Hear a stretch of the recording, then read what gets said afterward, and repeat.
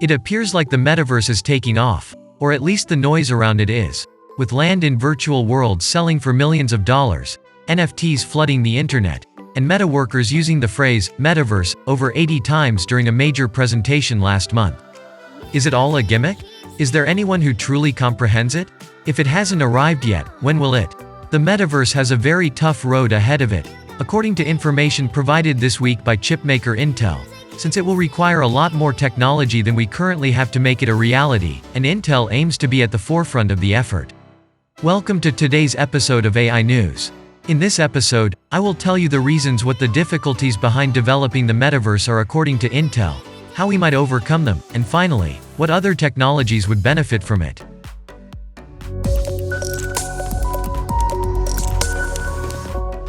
Virtual and gaming worlds like Second Life, The Sandbox, Roblox, and Decentraland are now being confused with early metaverse incarnations.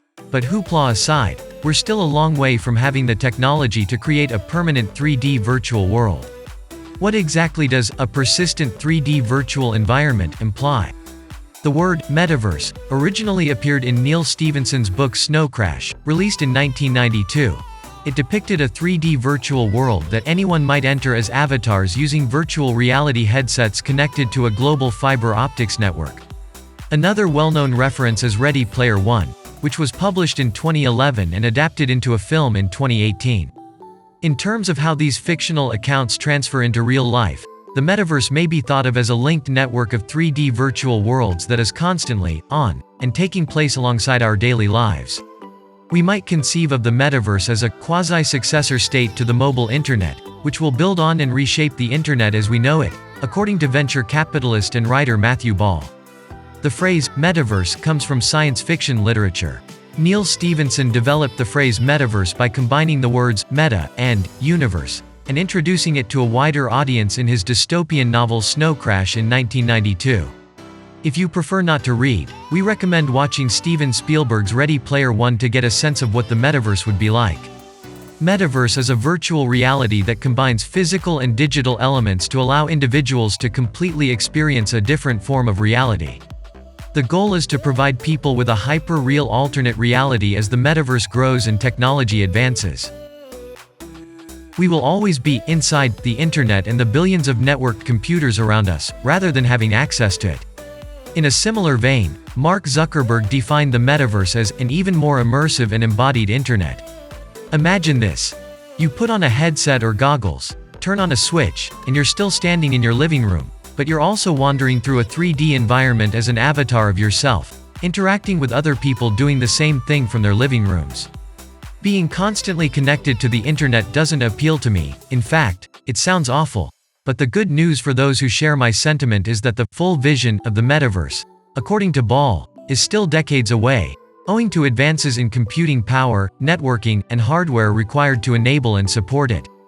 According to Raja Koduri, Vice President of Intel's Accelerated Computing Systems and Graphics Group, powering the metaverse will need a 1,000-fold boost over current processing infrastructure. For real-time applications, you need access to petaflops of compute in less than a millisecond, preferably less than 10 milliseconds. Your PCs, phones, edge networks, compute-enabled cell stations, and cloud computing all need to operate together like an orchestra. In a press statement issued this week, Koduri stated that simply putting two individuals in a realistic virtual world together necessitates the creation of realistic-looking avatars with intricate and unique attire, hair, and complexion. We need sensors that can take up audio and physical data, including 3D objects in users' real-world environs, to provide these avatars real-time speech and motion capabilities. The data must then be sent at high bandwidth and low latency for hundreds of millions of users at once.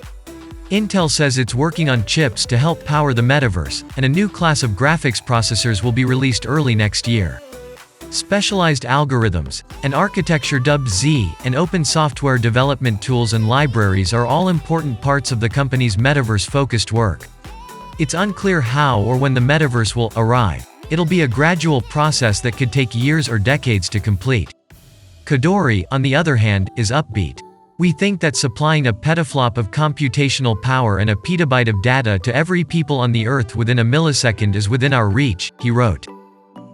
Companies in the metaverse may anticipate to gather personal information for individual identification, advertisement, and monitoring through a variety of channels, including wearable devices, microphones, heart and respiration monitors, and user interactions, to an unprecedented degree. This may easily lead to a world in which no one has any privacy. Along with concerns about how personal data would be gathered and exploited, there is also anxiety about how metaverses can give a method to escape reality. The ability to affect our perception of reality, changing how we understand our own everyday experiences, according to Louis Rosenberg. Because we are already overly reliant on technology, leaving the metaverse will be more difficult than removing AR glasses.